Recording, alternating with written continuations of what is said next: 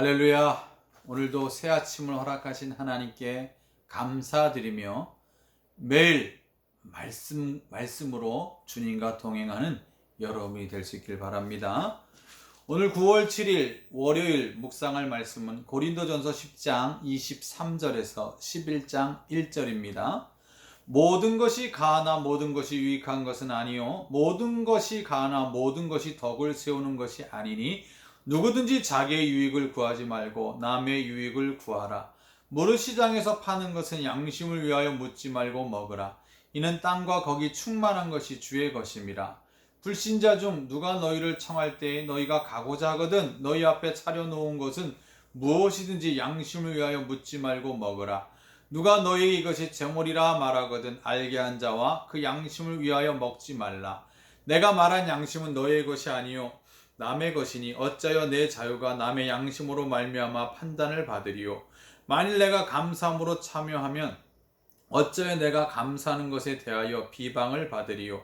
그런즉 너희가 먹든지 마시든지 무엇을 하든지 다 하나님의 영광을 위하여 하라.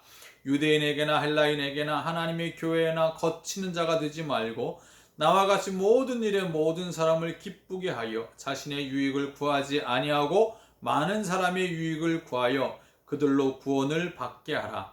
내가 그리스도를 본받는 자가 된 것 같이 너희는 나를 본받는 자가 되라.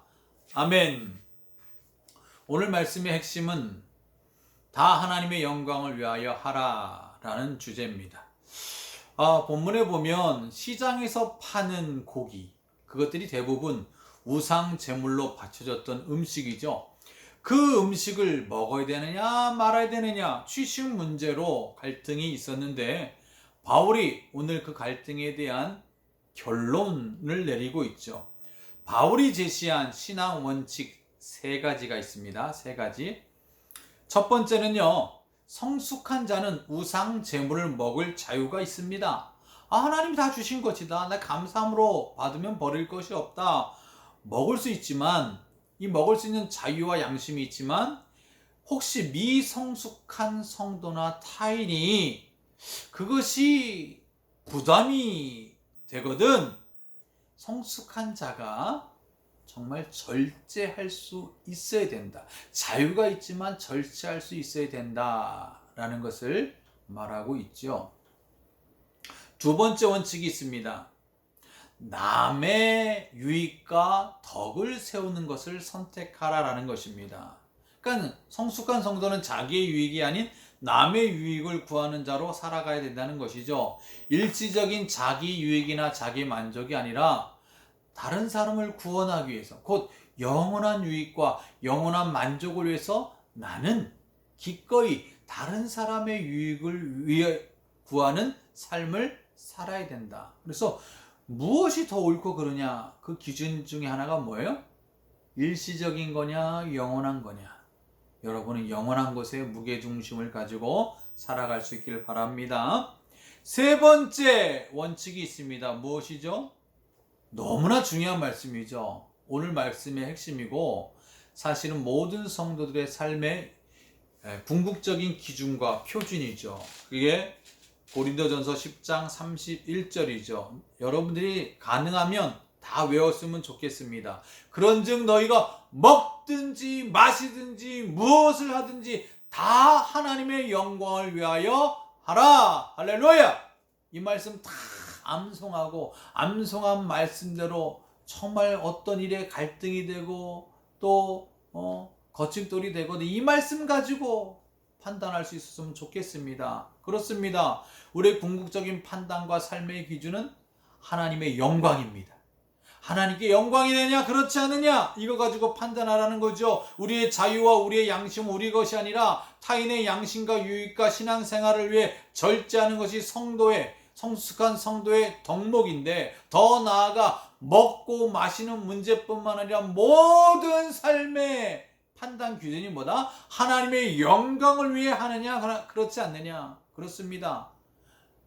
여러분이 먹고 마시는 모든 삶의 문제를 다 누구를 위해? 교회 일이든 가정 일이든 회사 일이든 누구의 영광? 하나님의 영광을 위해 살아가는 것이 삶의 원칙이고 기준인 것입니다. 그거 물어보셔야죠. 이게 하나님께 영광이 되냐 그렇지 않느냐. 바라기는 하나님께 영광이 되는 길을 선택하며 살 수 있기를 바랍니다.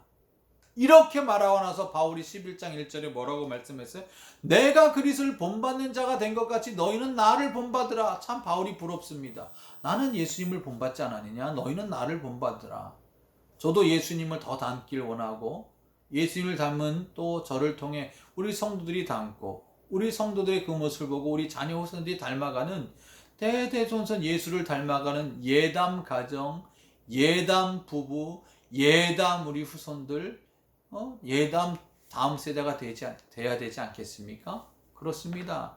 바울이 우리의 모델이 되었듯이 나도 예수님을 본받고 앞서간 믿음의 선진들을 본받아서 우리의 자녀 후손들이 예수님을 본받는 아름다운 역사가 있기를 바랍니다. 사랑하는 성도 여러분, 또 한 주간이 시작됩니다. 또 한 날이 시작됩니다.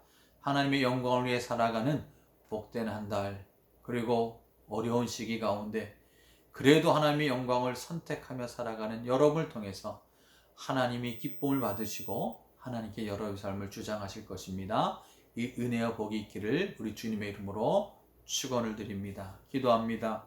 하나님, 우리의 신앙과 삶의 모든 궁극적 판단 기준과 표준은 먹든지 마시든지 무엇을 하든지 다 하나님의 영광을 위해 하는 것임을 잊지 않고 이 말씀을 기억하고 묵상하고 암송하고 그대로 살아가는 성도들 되게 하옵소서.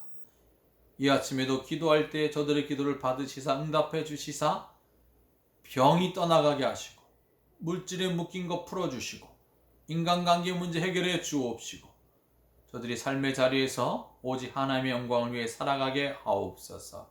믿사옵고 예수 그리스도의 이름으로 간절히 기도올리옵나이다. 아멘. 할렐루야. 사랑하고 축복합니다.